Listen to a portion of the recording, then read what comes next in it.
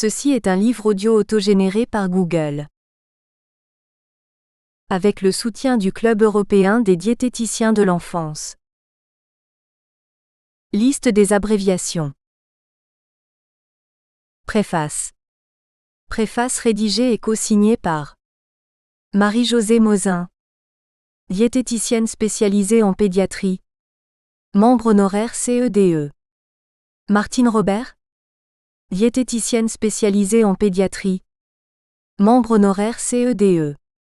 Dr Daniel Brasseur, pédiatre agréé. Professeur Jean-Paul Langandry, pédiatre néonatologue, NICU consultant externe. Groupe Santé CHC Montlégia.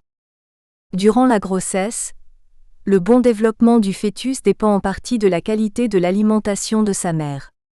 Dans la tendre enfance, les petits, qu'ils soient exclusivement allaités ou non, dépendent encore aussi très souvent de leur mère pour leur alimentation, sans que le père ne soit bien sûr exclu.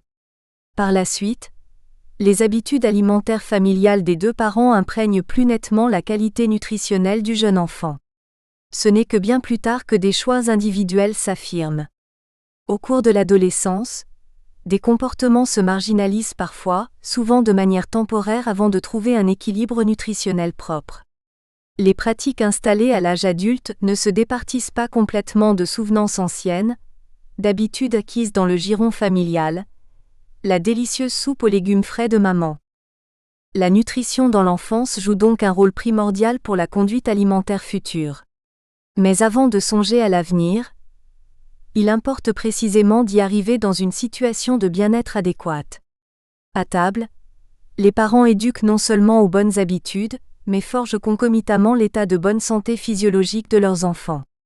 Les modalités parentales divergent d'une famille à l'autre, parfois autant que les comportements individuels au sein d'une même famille.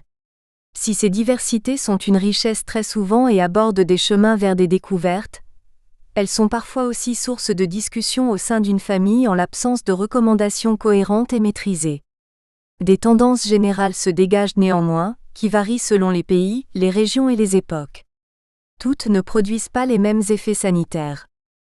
Qu'il s'agisse de carences ou d'excès, les conséquences en termes de maladies potentielles sont bien connues.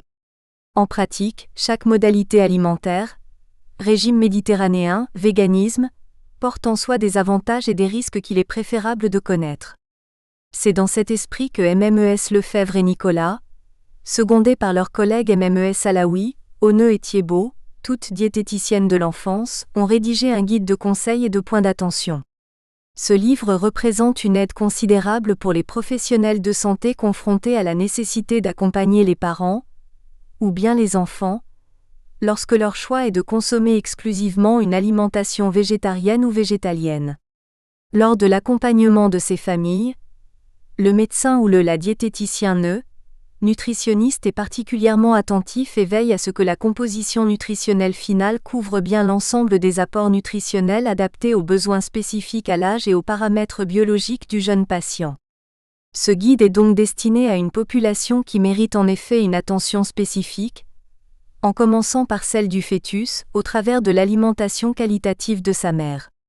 Après la naissance, une attention toute spéciale est portée au nouveau-né allaité dans le même esprit d'une recherche qualitative de la nutrition maternelle.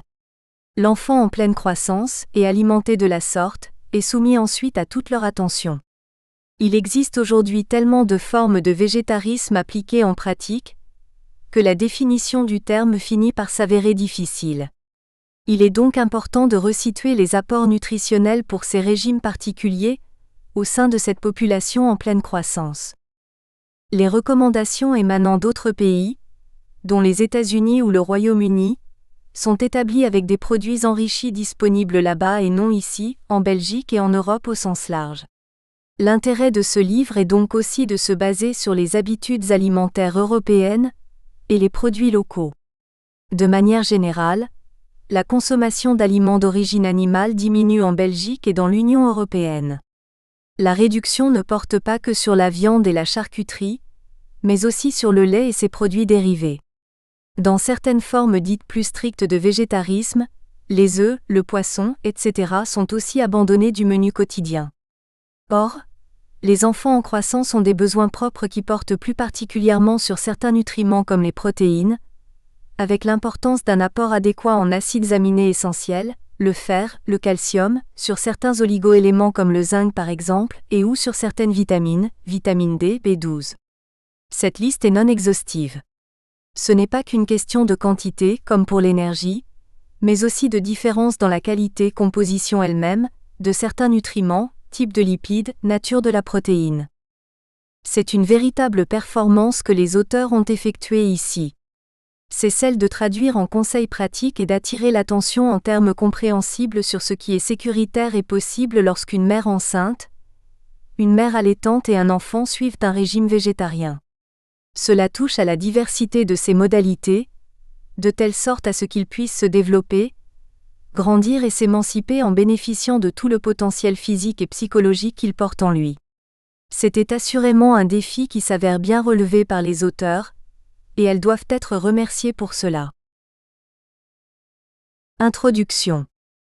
En 2014, le Club européen des diététiciens de l'enfance, CEDE, a été interpellé par l'Association nationale des diététiciens du Luxembourg, ANDL, pour émettre un point de vue sur le végétarisme chez les enfants, les adolescents, les femmes enceintes et allaitantes.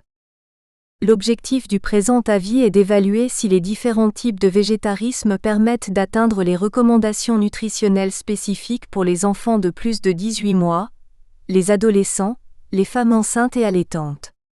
Un focus de conseils alimentaires pour les nourrissons, de familles végétariennes, anticipe cette analyse.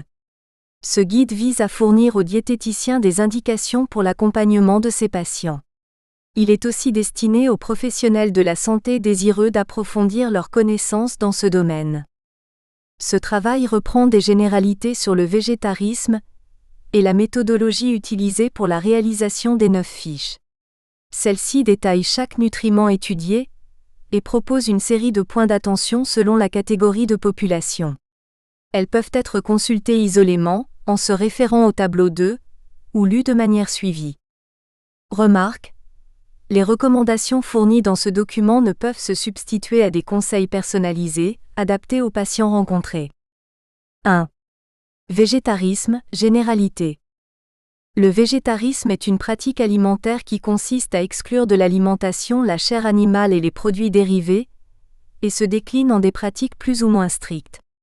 On y distingue 6 modes alimentaires: le semi-végétarisme ou flexitarisme, le pesco-végétarisme, l'ovo-lacto-végétarisme, l'ovo-végétarisme, le lacto-végétarisme et le végétalisme ou végétarisme strict ou véganisme.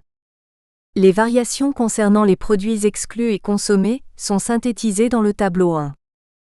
Remarque: les adeptes du mode végétalien refusent tout produit d'origine animale, viande, poisson et dérivés, œufs, produits laitiers, beurre, miel, et basent leur alimentation sur les fruits, les légumes, les légumineuses, les céréales, les fruits oléagineux et les graines.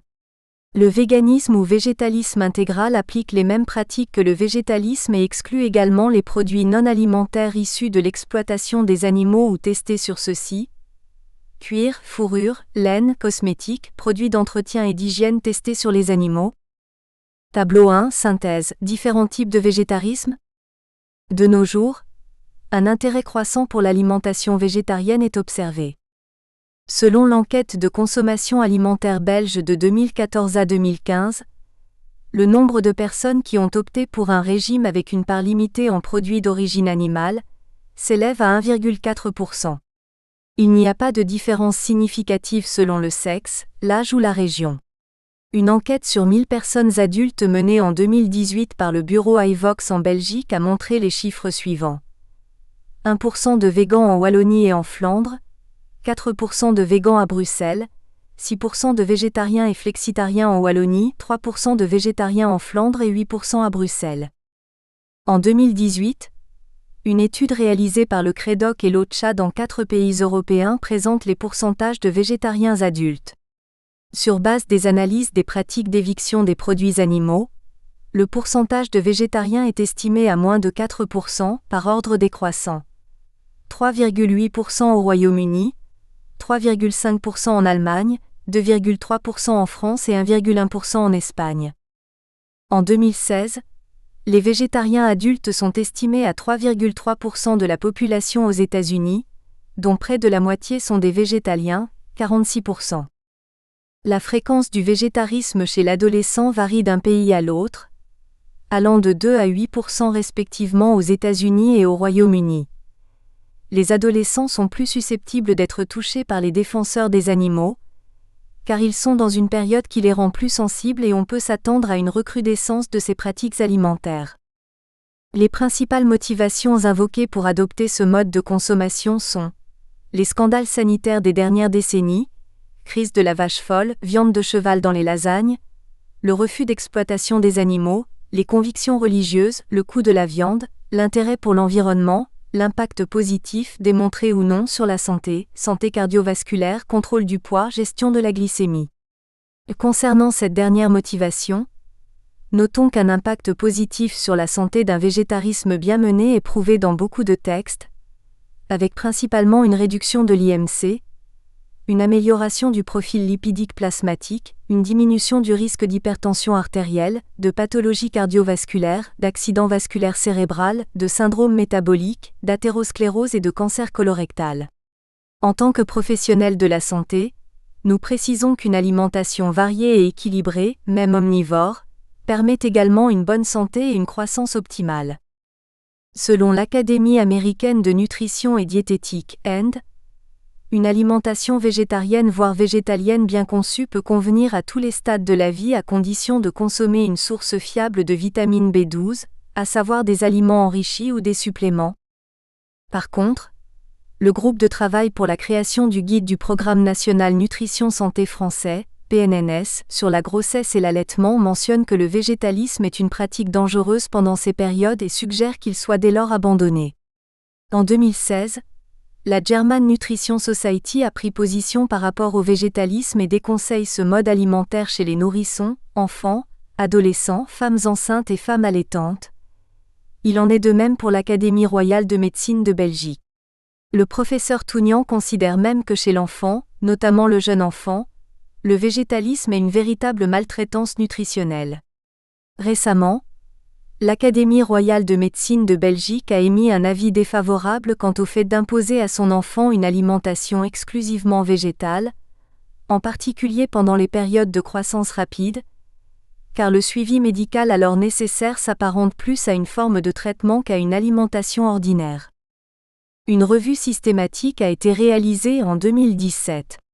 Elle ciblait les pays européens, d'Amérique du Nord, l'Australie et la Nouvelle-Zélande afin de récolter des données comparables.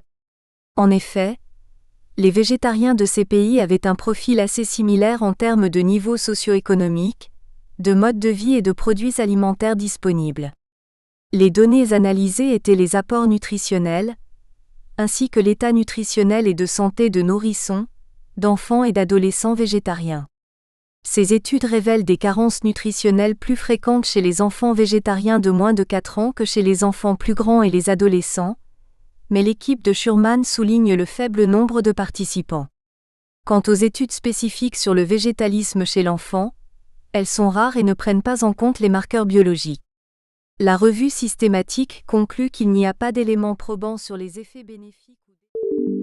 Nous espérons que vous avez apprécié cet aperçu. Pour continuer à écouter ce livre audio sur Google Play Livres, utilisez le lien dans la description de la vidéo.